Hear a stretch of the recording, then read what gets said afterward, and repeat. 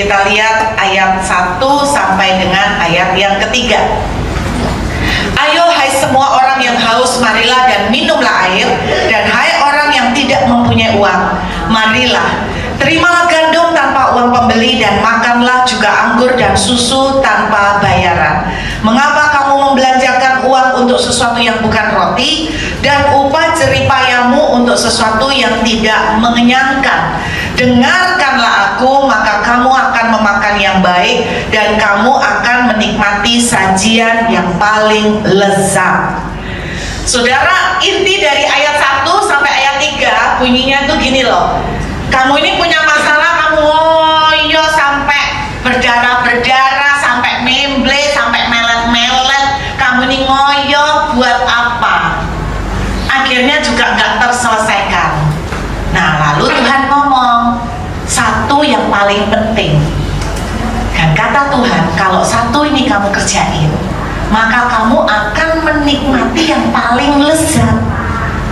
Kamu akan mendapatkan berkat yang paling baik. Jadi bukan ngoyo, bukan ngotot pakai kekuatanmu sendiri, tapi kerjakan yang satu ini, kamu akan dapat berkat terbaik.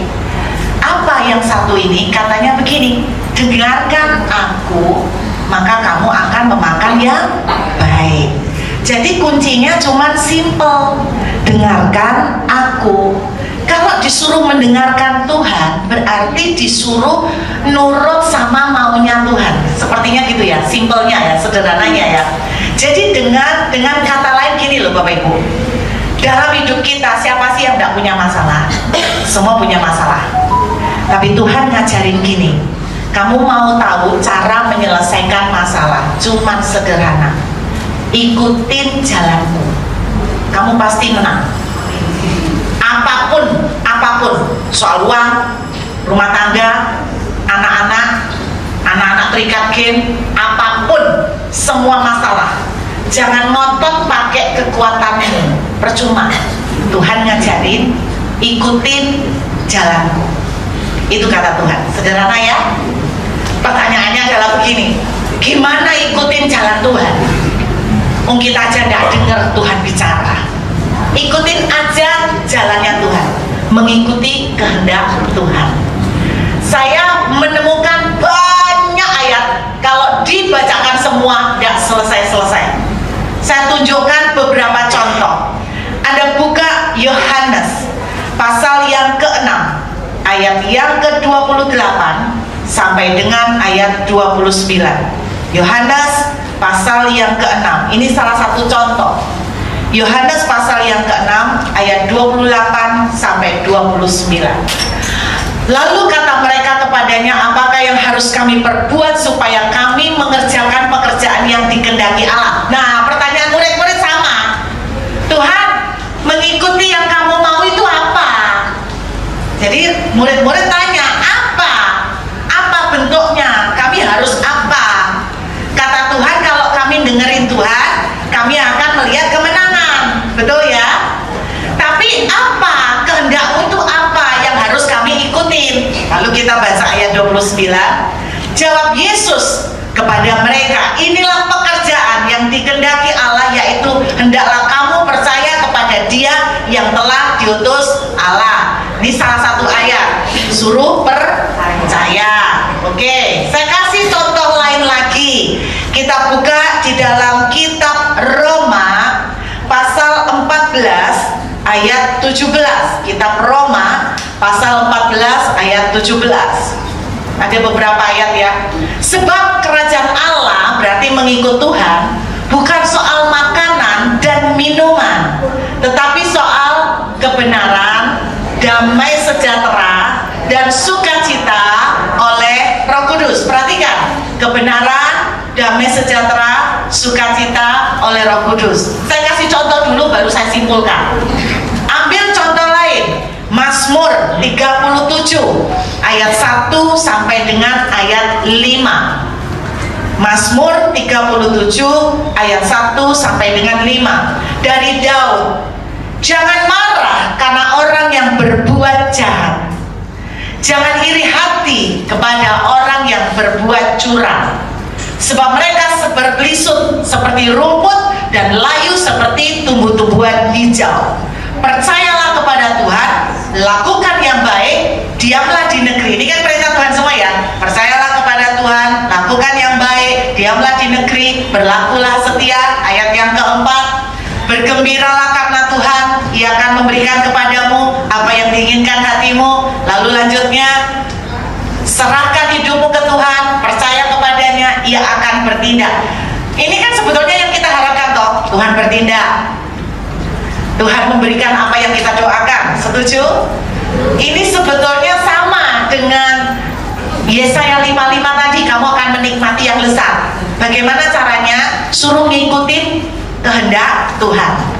Kalau saya kasih contoh 3, Anda baca apa itu kehendak Tuhan, saya sederhanakan.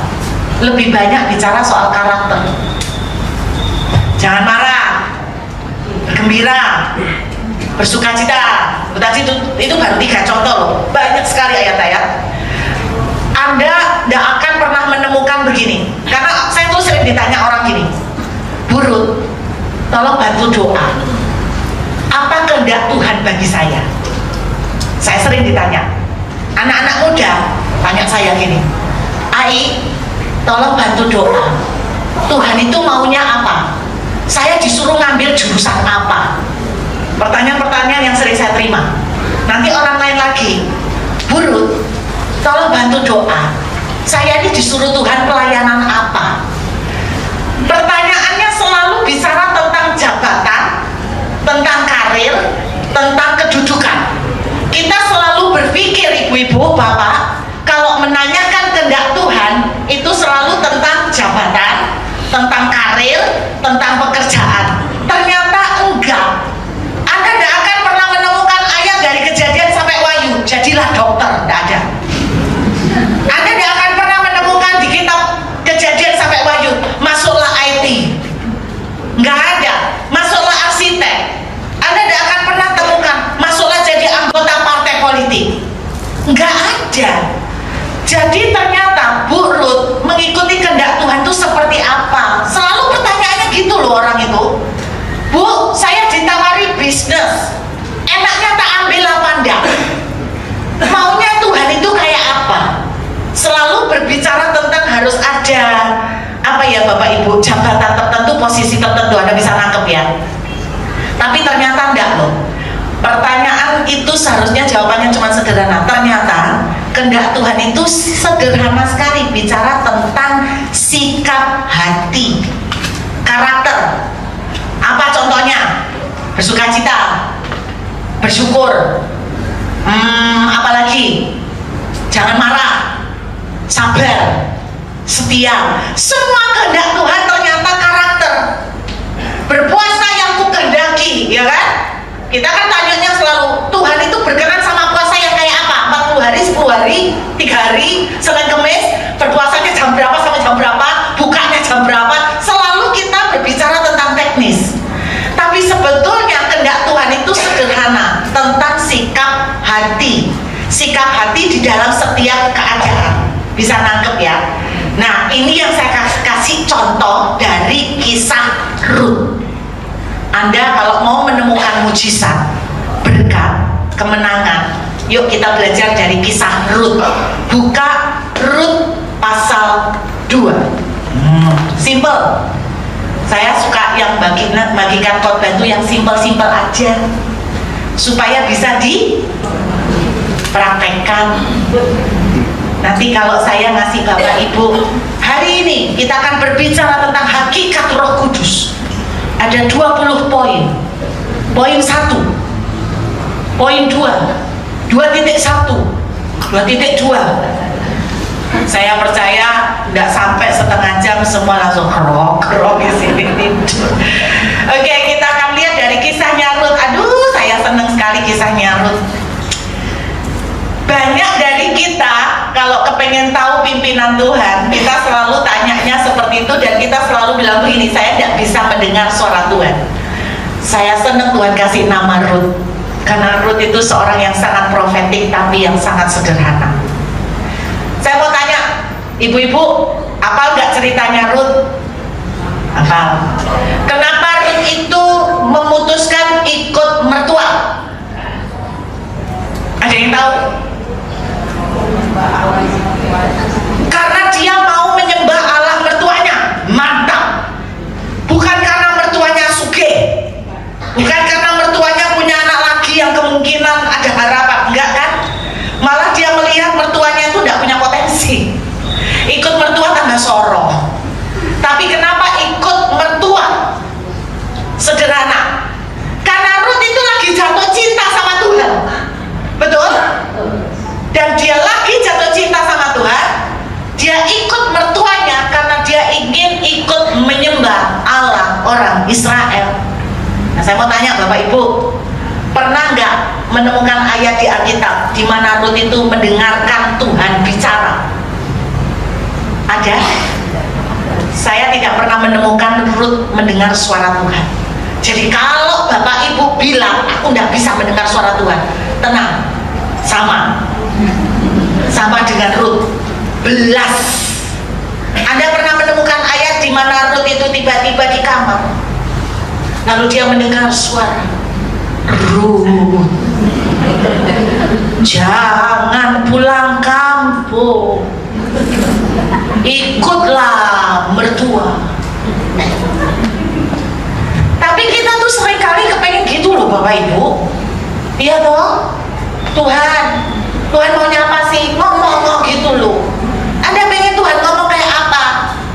Di kamar, terus pakai baju putih, remang-remang, Anda jantungan, mate, nggak usah tanya, langsung ketemu. Iya kan? Enggak kan?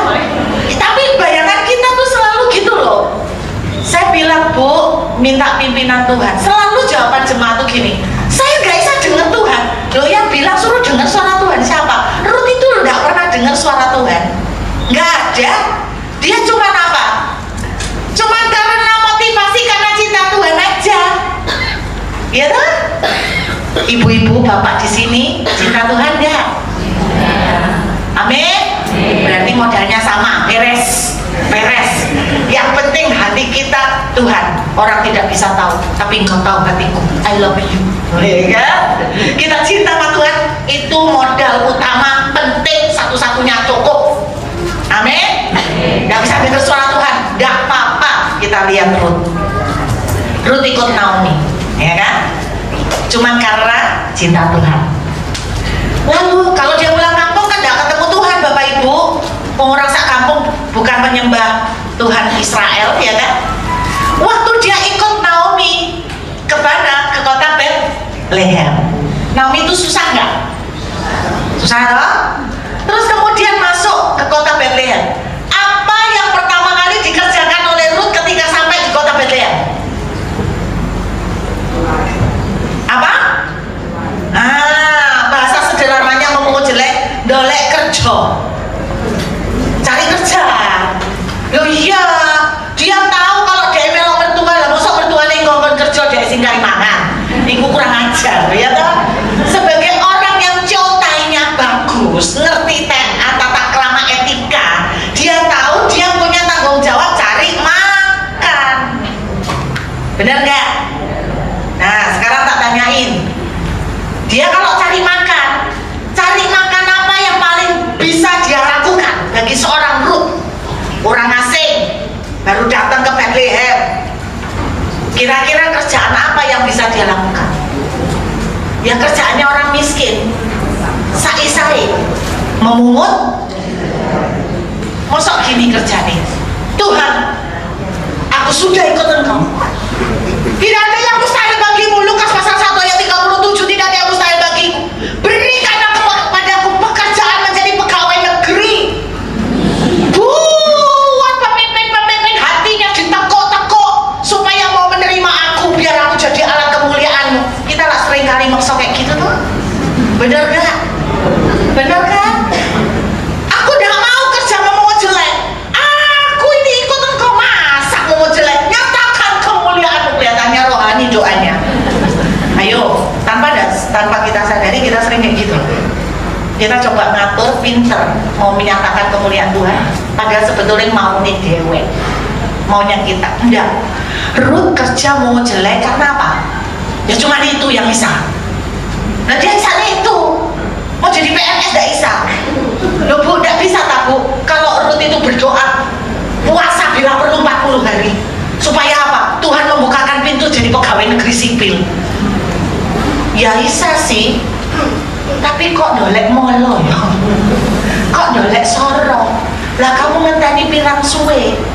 Ya lek sak minggu, lek 2 tahun, berarti 2 tahun gue gak kerja. Saudara, kita anak Tuhan itu sering bulat sendiri. Simple. Ruth itu cara mengikuti kehendak Tuhan.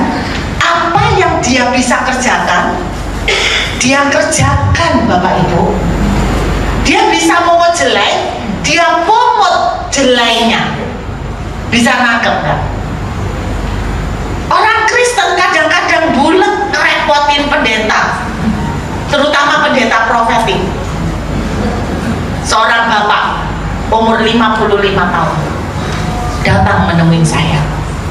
Bu Ruth, tolong bantu tanyakan Tuhan, kenapa Pak? Saya ini umur 55. Saya ini sudah 10 tahun lebih enggak dapat kerja.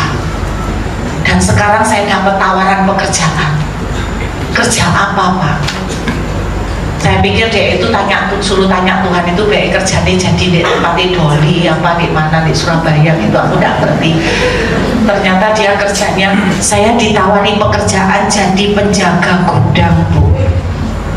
Terus maksud Bapak, tanyakan sama Tuhan boleh ya?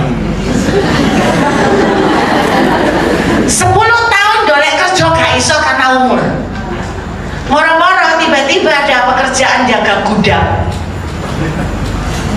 Terus dia tanya, apakah Tuhan berkehendak? Tak jawab berkehendak. Lo buru udah tanya sih, lo sudah. Pak, Bapak ini apa sih? 10 tahun gak itu kerja. Pak, umur 55 Pak, itu kerja aja mujizat lo. Lo ya Pak, sekarang dapat tawaran kerja Bapak pakai tanya Tuhan berkehendak dah. Lo yang berkehendak, yang pasti Tuhan bilang gini, lek kerja jangan makan.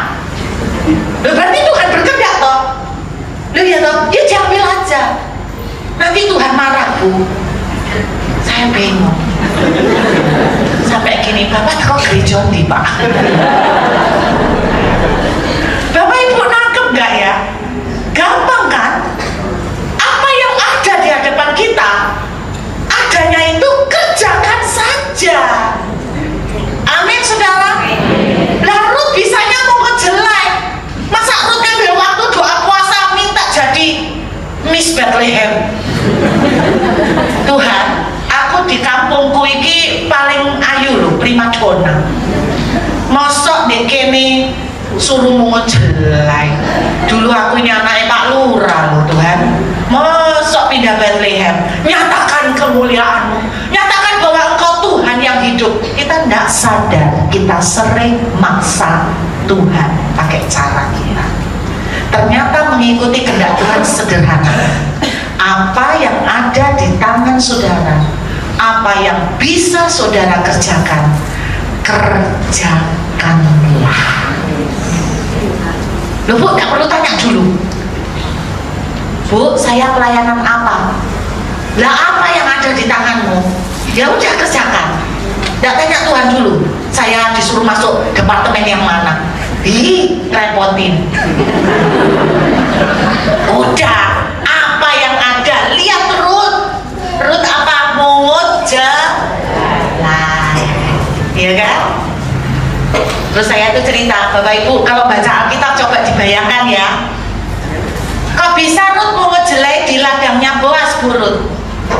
Apakah ibu bapak pernah menemukan Ruth berjalanlah ke utara, carilah ladang yang punyanya Pak Boas sekitar 10 km ke arah utara nak.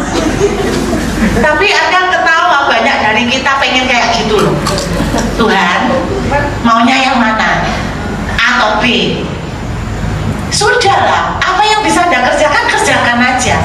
Saya bayangkan Ruth itu gini, Pasti normalnya kalau mau jelek, dia tidak mungkin cari jelek di ladang yang 10 km jauhnya. Pasti dia akan mencari ladang yang terdekat terlebih dahulu dong. Ini bayangan saya, Bu. Mungkin di ladang yang terdekat, paling dekat sama rumahnya, mungkin jelainya tidak banyak. Ini yang saya bayangkan. Apa kayak gitu, Bu? Tidak ada sih. Tapi kira-kira seperti itulah. Dia jelainya tidak banyak. Namanya orang jelainya tidak banyak, ya udah jalan lagi toh. Nah kalau jelainya tidak banyak, ya udah jangan bertahan di situ. Terus habis itu Anda berkata, Tuhan berkehendak aku di sini setia sampai akhir, walaupun gak nemu jelai. Saya menunggu mujizat Tuhan. Orang Kristen kadang-kadang batasnya itu aneh gitu loh. Udah, tidak ada jelai yang naturalnya, normalnya ya udah pindahlah. Kan gitu toh Bapak Ibu. Buat saya sih simpel ya Bapak Ibu, kalau di sebuah pekerjaan itu tidak jalan, sudah dicoba beberapa lama sampai habis sampai sekarang, ya udah, kamu jalan terus. Hidup itu harus move on, jalan. Lalu sampailah dia di ladang Boas. Dia tidak tahu itu ladangnya Boas. Mertuanya aja lupa, mulai punya dulur namanya Boas. Mertuanya lupa, Bu. Aneh kok mertuanya ini punya saudara konglomerat bisa lupa. Setahu saya, kita kalau punya saudara konglomerat tidak bakalan lupa. Kenapa? Karena itu pertolongan pertama pada kecelakaan. Iya toh? Nggak mungkin lupa. Tapi kenapa Ruth mertuanya kok bisa lupa kalau punya saudara konglomerat? Kemungkinannya karena saking stresnya sampai lupa. Saking stresnya. Ruth jalan, dia lihat, kok rame ya di ladang ini, banyak orang yang ngomong jelek, berarti jeleknya banyak. Bapak Ibu, Anda perlu tahu, ladangnya Boas itu jeleknya banyak sekali. Kenapa? Karena Boas itu suka memberi. Boas itu selalu pesan sama pegawai-pegawainya, kalau ngikat jangan kencang-kencang, sengaja buang beberapa supaya orang-orang miskin bisa ngambil, sengaja jatuhkan. Jadi saya membayangkan Ruth ini jalan, ladang pertama tidak banyak, dia melihat ladang berikutnya, loh kok banyak orang, berarti banyak orang miskin toh. Banyak orang miskin karena waktu itu masa kekeringan loh, berarti banyak orang miskin memungut jelai di ladangnya Boas. Jadi Ruth spontan aja gitu loh Bapak Ibu. Jadi gini loh, kalau Bapak Ibu tidak punya pintu yang terbuka jalanin saja. Apa yang bisa Bapak Ibu lakukan, lakukan saja. Saya ini kepingin Bu, punya cita-cita bikin usaha sendiri. Sudah ada modal? Tidak ada. Ya udah, tidak ada modal, jangan puasa. Terus kemudian berbulan-bulan sampai bertahun-tahun tetap tidak pernah ada antam turun dari langit. Itu kesalahan kita. Kerjakan apa yang bisa saudara kerjakan, walaupun Anda melihat tidak ada prospek, walaupun saudara melihat tidak ada masa depan yang menjanjikan. Ruth itu ikut Naomi juga tidak ada masa depan yang menjanjikan. Modalnya cuma satu, karena dia mencintai Tuhan. Amin. Jadi pokoknya saudara punya modal, saudara mengasihi Tuhan, apa yang ada di tangan saudara kerjakan dengan terbaik. Bisa nangkep?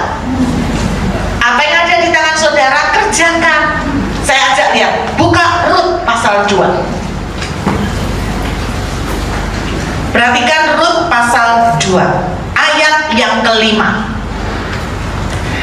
Nah ini Anda lihat, Ruth itu bukan cuma mengerjakan apa yang ada di tangannya. Lalu kata Boas kepada bujangnya yang mengawasi penyapit-penyapit itu, dari manakah perempuan ini? Bapak Ibu, kenapa Boas tiba-tiba dari sekian banyak orang miskin yang memungut jelai, kenapa Boas itu kok tertarik melihat Ruth? Orang miskinnya banyak. Apakah Ruth dandannya paling mencolok seperti sosialita? Saya pikir enggak. Kemungkinan ini prediksi saya. Orang-orang yang lain sudah mulai pulang. Kok bisa? Makanya dia kelihatan. Saya kasih lihat, yuk lihat ayat berikutnya. Bujang yang mengawasi penyapit-penyapit itu menjawab, perhatikan ibu-ibu, menjawab. Dia adalah seorang perempuan Moab. Dia pulang bersama-sama dengan Naomi dari daerah Moab. Tadi ia berkata, izinkan kiranya aku memungut dan mengumpulkan jelai dari antara berkas jelai ini di belakang penyapit-penyapit. Begitulah, garis bawahi kalimat ini, saya sangat terkagum. Begitulah ia datang dan terus sibuk dari pagi sampai sekarang, dan seketika pun ia tidak berhenti. Jadi kenapa Boas tertarik tanya itu perempuan siapa? Bukan karena Ruth cantik. Alkitab tidak pernah menceritakan penampilan Ruth. Dan kebanyakan di Timur Tengah, setahu saya, seorang perempuan yang cantik itu kebanyakan, mohon maaf, bukan bermaksud mengukur-ngukur badan, tapi kebanyakan perempuan-perempuan yang dibilang cantik di Alkitab itu kebanyakan mereka Timur Tengah itu suka cari yang gemuk-gemuk. Karena kalau di perjanjian lama yang biasanya ngelola kebun peternakan kambing domba itu yang cewek. Jadi kalau ceweknya kurus kurang laku. Tidak percaya. Jadi yang gemuk-gemuk laris. Kalau saudara lagi berpikir mungkin suami sudah meninggal, kepingin merit lagi dan Anda punya porsi badan cukup memadai, mungkin bisa dicoba peluang ini. Saya pernah jalan-jalan ziarah ke Turki. Itu ada sesuatu yang menarik di Turki, cara orang cari mantu. Mereka akan menaruh botol di atas atap rumah. Jadi orang yang lewat tahu berapa anak yang masih belum merit dan seperti apa anak yang belum merit. Saya melihat ada beberapa macam botol. Saya tanya, kenapa botol-botol ini, apa kriteria masang botol? Rata-rata mereka masang botol-botol kaca. Kalau yang kurus kayak botol teh botol, itu berarti anaknya memang laksi. Terus ada botol yang dipakai untuk isi bensin itu, berarti orangnya rada gemukan, agak montok. Jadi sesuai dengan ukuran botol, Pak. Jadi orang sudah tahu, oh di sini ada 3 botol di atas atap. Oh yang ini botol teh botol, ini botol isi bensin. Tinggal terserah suka yang mana, lalu datang bawa onta biasanya atau kambing untuk bawa mahar, Pak. Bawa mas kawin. Jadi cara memberitahu itu dengan menaruh botol di atas atap. Kalau saudara naruh botol di atas atap rumah di sini, tidak ngerti orang. Jadi tidak ngaruh Bapak Ibu.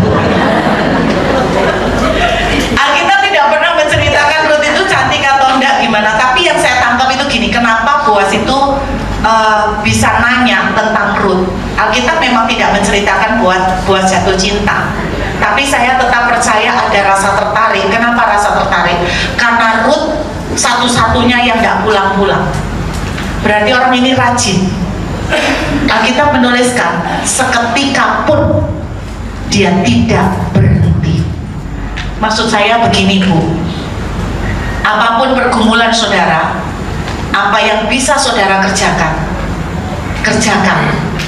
apa yang ada, kerjakan. Tapi yang kedua, ingat, apa yang ada, kerjakan, tapi bukan dengan seadanya. Nangkap, apa yang ada, kerjakan terbaik. Karena seringkali kita, apa yang ada, kita kerjakan seadanya. Tapi Ruth terbaik.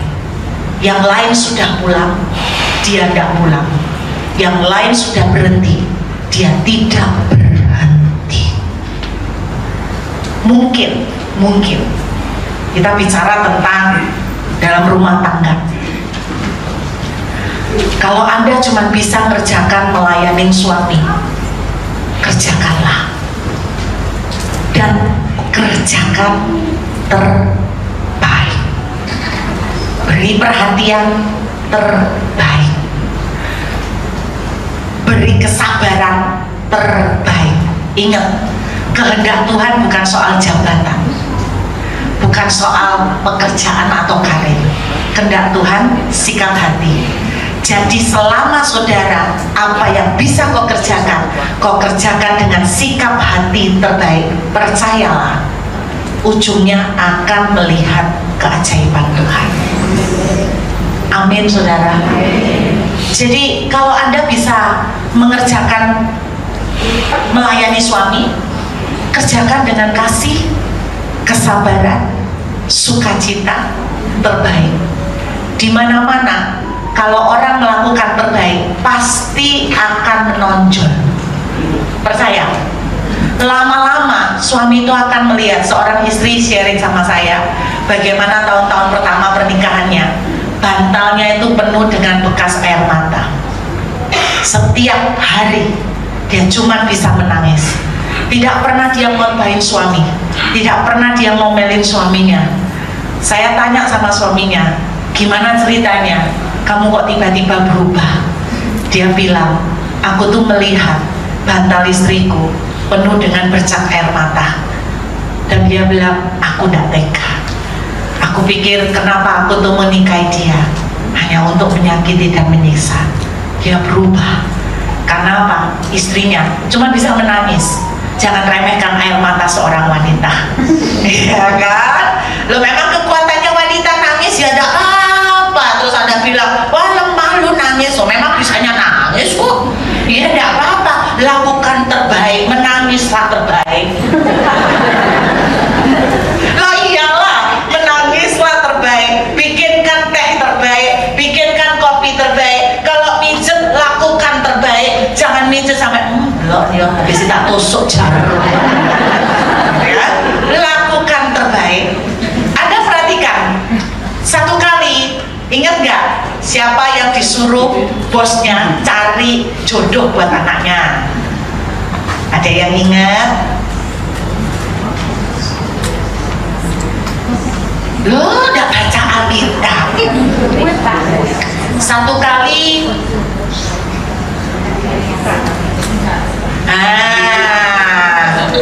Abraham menyuruh bujangnya cari jodoh buat anaknya Ishak. Lalu ketemulah yang namanya Ribka. Kapan Ribka dapat jodoh? Waktu dia sibuk memberi minum onta. Ibu-ibu perhatikan, yang rajin-rajin, yang melakukan terbaik itu dapat berkat. Ketemu berkatnya kapan? Waktu rajin-rajin lakukan terbaik. Ruth melakukan terbaik, lalu muncul Boaz, konglomerat Bethlehem. Di mana-mana kalau kita melakukan terbaik menonjol kok, Bu. Saya boleh terus terang ya, tapi bukan bermaksud untuk gimana menilai gimana, tapi saya terpesona. Tadi kan ada 3 penyanyi di sini, 3 penyanyi ya Ibu. Ada 1 singer yang paling menarik perhatian saya, yaitu Ibu. Saya kasih contoh karena ini sesuai dengan Alkitab. Loh kok bisa? Bu, gak usah takut, saya bukan bermaksud untuk menggugel. Ibu gak usah takut, Bu. Saya tuh cuma kasih contoh, saya gak tahu bagaimana Anda, tapi mata saya tertarik melihat beliau. Bukan bermaksud maksudnya menomor-2kan WL atau apa, tapi saya tertarik dengan Ibu. Mata saya tuh tertuju kepadanya. Tuhan itu langsung ngajarin, ini loh, kalau kita tuh melakukan, bukan berarti yang 2 tidak terbaik, bukan. Cuma dia agak beda. Saya tuh lihat dia tadi nyanyi, saya seneng lihat dia nyanyi. Aduh, saya sampai asik-asikan gak bisa nyanyi karena lihat dia nyanyi. Bukan menganggap dia mengganggu, tidak. Aduh, dia nyanyinya itu menikmati sekali. Dia menikmati sekali. Terus tadi gimana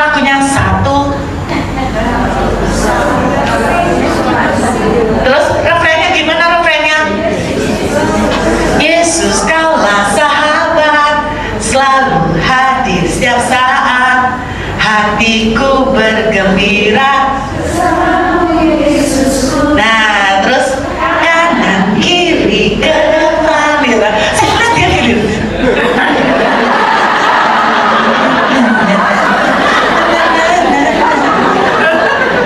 Enak. Orang Jawa bilang leko tenanan loh. Kok goyangan nih? Loh, nggak percaya. Nanti habis ini lihatan ya. Bu, jangan berubah. Itu that's good, Bu. Bagus. Loh, saya belajar. Wih, leko tenanan. Saya gini, guys. Aduh, orang ini les nari di mana ya? Kok cik bagus sih? Gitu. Karena saya kalau nari kayak robot gitu loh. Jadi saya lihat dia tuh saya belajar gitu. Kenapa? Karena beliau ini saya percaya dia menikmati sekali apa yang dia kerjakan. Saudara, kalau Anda mengerjakan sesuatu walaupun itu bukan passion saudara, tapi Anda melakukan all out terbaik, percayalah Anda akan melihat sesuatu yang dahsyat terjadi. Boas memperhatikan Ruth ketika dia melakukan terbaik. Jangan pikir bahwa ketika engkau kepingin melihat anakmu berubah, jangan cuman ngomeli, nuntut.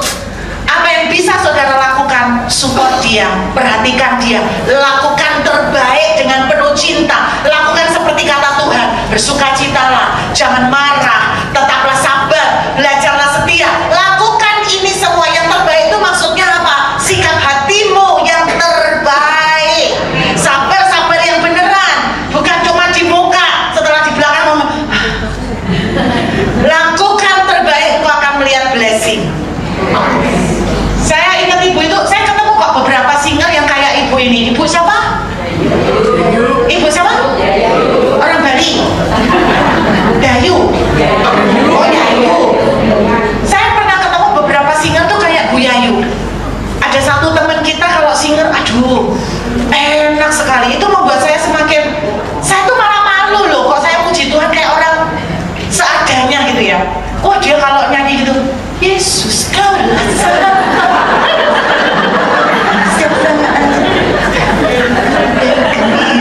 serius, saya sampai gini kalau lihat.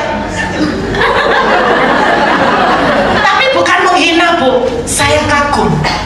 Saya melihat betapa dia nyembah Tuhan, begitu menikmati, luar biasa.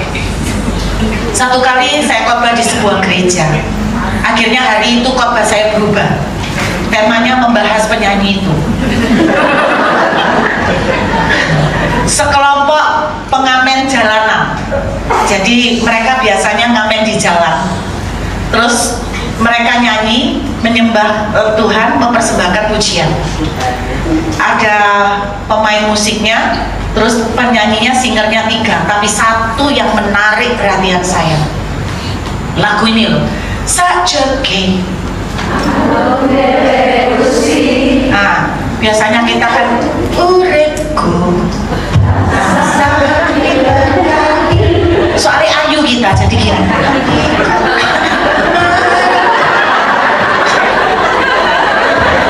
Ojo gede-gede, ojo ombo-ombo makape ya.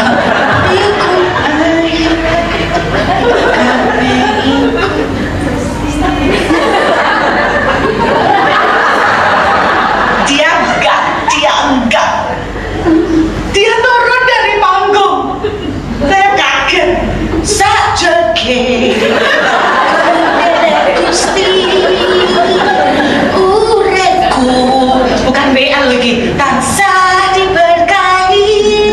Satu gereja penuh sukacita gara-gara satu orang ini. Sukacitanya tuh nyebar, saudara.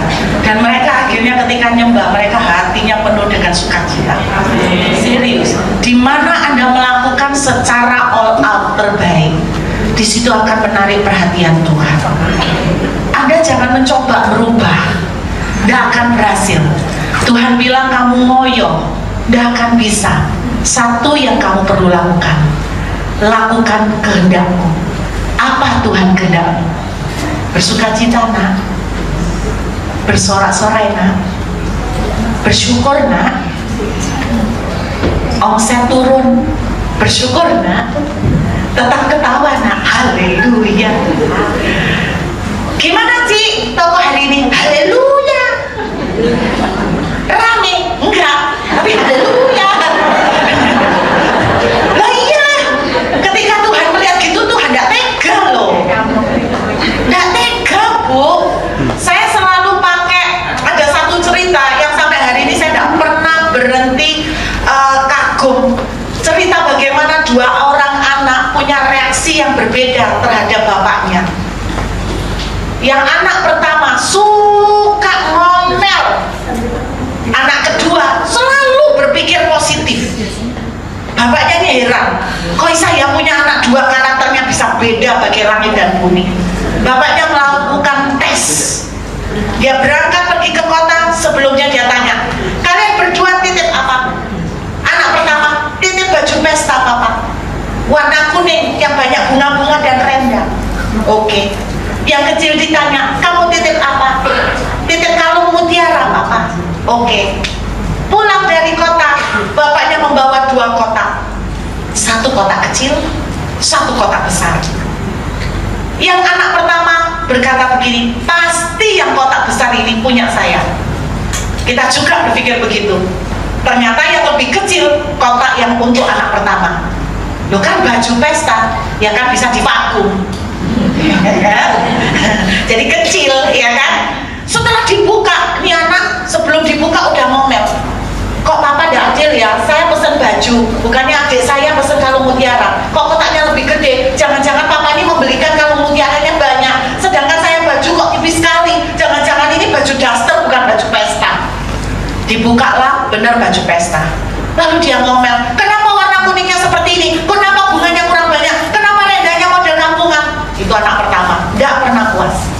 Anak kedua, si bapak dengan cemas-cemas berharap mau melihat reaksi anak kedua. Dia buka, berarti kotak besar buat aku. Waduh, berapa kalung mutiara, aku cuma pesen satu loh ini, pasti dikasih banyak ya sama bapak ini. Dibuka, ternyata bukan kalung mutiara, tapi kotoran kuda, engeknya kuda. Bapaknya menunggu dengan cemas, kepingin tahu reaksi anak perempuannya ini. Di luar dugaan si anak kedua reaksinya gini, bapaknya bingung, anakku gak apa-apa tadi, gitu. Dikasih kotoran kuda gak apa-apa, dia pikir ini brownie stick gitu. Nak, itu kotoran kuda, nak. Kamu kenapa kok senang sekali?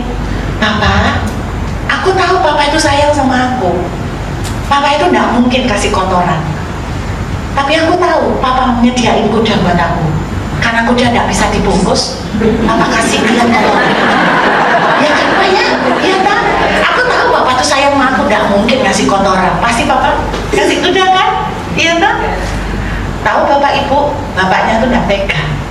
Tadinya memang tidak belikan kuda. Gara-gara reaksinya begitu, akhirnya dia belikan kuda.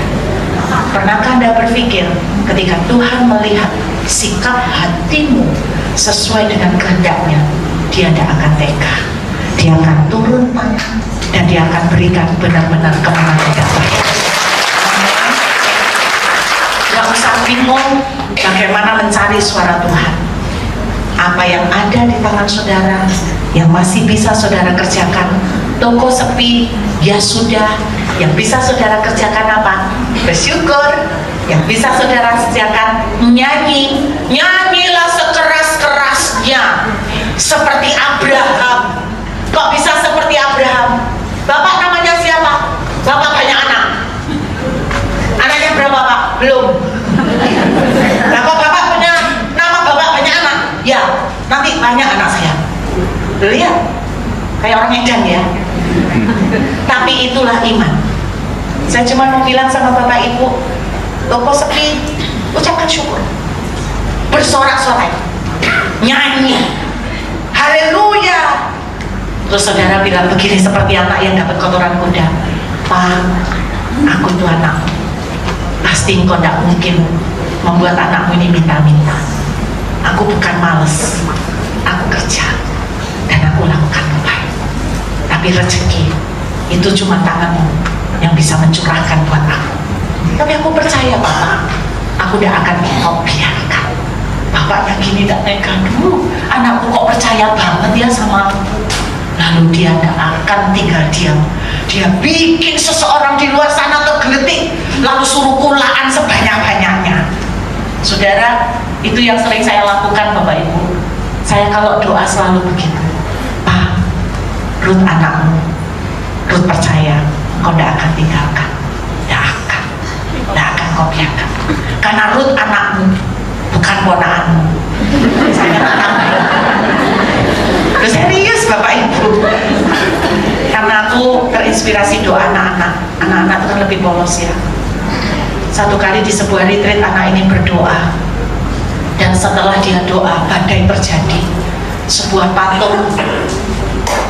patung berhala roboh. Ini terjadi di Lawak waktu kami retreat, dan sebuah patung berhala roboh di dekat situ. Saya langsung melihat, wow, doa anak ini powerful. Saya akhirnya sejak itu sering niru doanya dia. Dia lihat doanya, Tuhan, kami ini anakmu, bukan ponakanmu.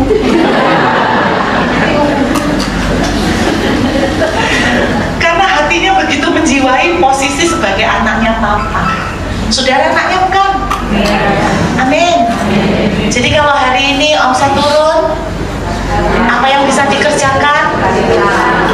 Haleluya. Bu, saya sudah marketing, tetaplah marketing. Saya sudah berusaha pakai sales, tetap lakukan apa yang bisa saudara lakukan, dan lakukan terbaik, bukan seadanya. Apa yang ada, lakukan sebaik-baiknya. Bersyukur, bisa bersyukur toh? Bisa nyanyi kan? Walaupun sepi. Saya berdoa kita seperti anak-anak yang menerima kotoran kuda, loncat, haleluya, yes. Bapak kita bingung, kamu kok tambah senang omset turun? Karena aku tahu Papa tidak akan biarkan. Berarti habis ini mau dikasih yang gede-gede, sekarang diistirahatkan dulu. Oh iya toh, karena habis ini kalau berkat datang Anda tidak sempat istirahat loh. Jadi pandang dengan sisi positif, amin. Kalau Anda hari ini omsetnya sepi, berarti istirahat. Kenapa?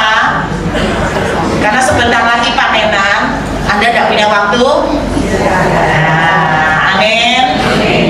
Saya dulu juga gitu, waktu pengen dapat jodoh tidak dapat. Akhirnya saya berpikir positif. Serius Bapak Ibu. Saya dulu sempat minder karena dari kecil tuh tidak pernah dipuji-puji sama keluarga maupun orang-orang lain. Saya tidak pernah dipuji, saya selalu dibilang hidung pesek lah, rodok merongos lah, macem-macem nolong lah. Saya selalu gitu, pokoknya tidak enak kabeh semua anak saya. Saudara, sampai akhirnya itu terbawa ketika saya remaja. Saya melihat teman-teman udah mulai pacaran, saya makin minder. Apalagi waktu SMP, SMA itu jerawat saya ini banyak seluruh muka. Tambah minder. Sudah selama ini tidak ada jerawat aja, tidak ada yang lirik, apalagi tidak jerawat. Sama yang mau lirik kalau ada jerawat, kok tambah parah gitu kan. Terus akhirnya nggak tahu pewahyuan dari mana ya. Waktu saya kuliah, setelah terima Tuhan, saya tiba-tiba dapat pewahyuan. Pewahyuan saya begini, pikiran saya mulai berubah.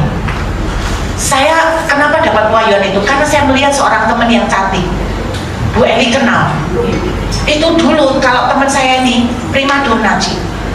Saya ingat kalau dia jalan, cowok-cowok itu ngeliatin semua. Saya pernah coba jalan sama dia.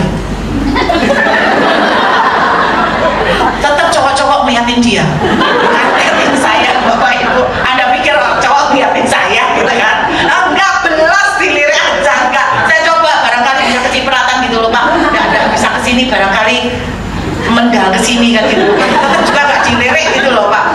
Dulu ceritanya kalau cowok-cowok itu yang naksir sama dia itu sampai antri di kosnya, sampai dikasih nomor loh. Udah percaya, tanya orang gitu. Sampai giliran sih sama yang apel gantian, ini disik. Aku nggak tahu piro menit per orang. Saking larese Bapak Ibu. Terus saya tuh melihat gini, waktu saya lihat dia gitu, saya tuh tiba-tiba di dalam itu kayak gini. Tapi kemudian saya disadarkan Tuhan, kamu lihat segitu banyaknya cowok-cowok, mana yang beneran cinta sejati? kan gak kayak cerita Cinderella atau Snow White, ada dibikin semaput sih dicium kisah sejati tak seperti itu tas, ternyata yang nyium pangeran kodok. Ya kan, nggak bisa seperti itu kan. Saya akhirnya jadi berpikir positif. Gimana Ruth, bersyukurlah kamu nggak cantik seperti dia. Tapi ibu-ibu tahu nggak, ternyata orang nggak cantik itu ya daun gini. Oh gini apa burut? Sing cinta sama saya, itulah cinta sejati. Oh iya jelas. It's okay, oke. Wis gak ayu melarat, sempurna. Penderitaannya sempurna, kurang elek apa? Ya. Wis gak ayu melarat. Terus dia jatuh cinta sama saya. Cuman satu jawabannya, anugerah Tuhan. Dan cuma satu jawabannya, ini benar-benar cinta yang sejati. Sungguh. Dalam pernikahan kami dia sempat dites. Tapi dia sempat dites, bukan saya yang ngetes. Tiba-tiba, pokoknya singkatnya lah, dia dikirimi foto cewek telanjang, mantan teman yang dulu pernah naksir dia, dikirimi foto cewek telanjang. Dia ini luar biasa, laporan ke saya. Yang telanjang ini ayu, cantik. Terus saya bilang, Go, cowok itu kan godaannya mata, masa kamu gak tertarik sama sekali? Ya jawabannya tuh kan seenak itu. Jawabannya tuh lucu. Enggak, loh kenapa kok enggak? Nah kamu lihat dia itu kan cantik telanjang lagi, masa enggak terketar? Enggak, iya aku lihat dia tuh malah inget kayak sapi. Jadi aku melihat dia tuh kayak daging sapi putih seonggok menelur.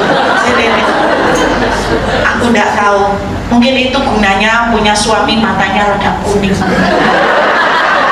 Jadi lensanya beda. Jadi ngelihatnya kayak daging sapi seonggok. Oh bersyukur, aku bersyukur. Makanya tadi guyonan di mobil Bu Feni bilang, hati-hati memang, yo kamu mesti barengin istri. Sekarang ini banyak pengintai.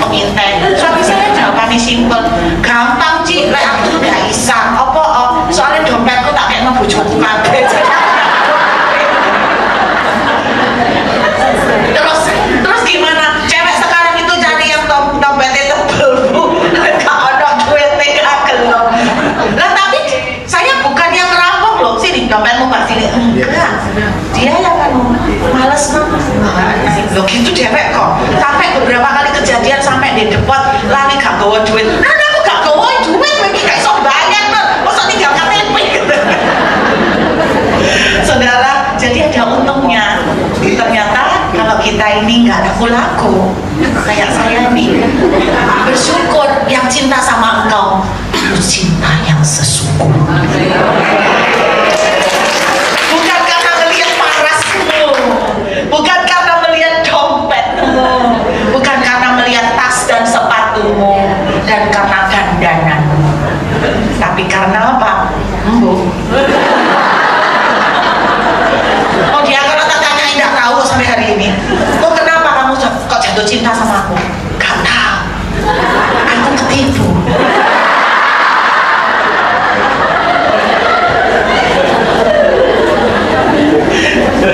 Terus dia kalau sekarang udah menikah, kami tahun depan baru 25 tahun. Tahun depan baru 25 tahun pernikahan. Nah kalau ditanyain, kamu tuh masuk sih kok nggak ada yang menarik yang membuat kamu kesengsem? Dipikir-pikir enggak.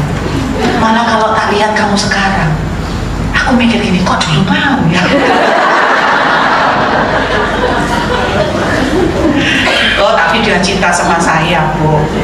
Kalau di kamar, di ranjang, jangan berpikir terus. Tiba-tiba dia halus kepala saya, dia gandeng tangan saya, di ranjang tok gandengnya. Takut jatuh Bu, gelondong. Jadi digandeng. Makanya apapun yang ada, jalan yang terbaik dengan syukur, dengan sukacita, dengan sikap hati yang benar, maka berkat akan terjadi. Kita menghampiri Tuhan yuk Bapak Ibu. Saya mengundang pemain musik, pemuji.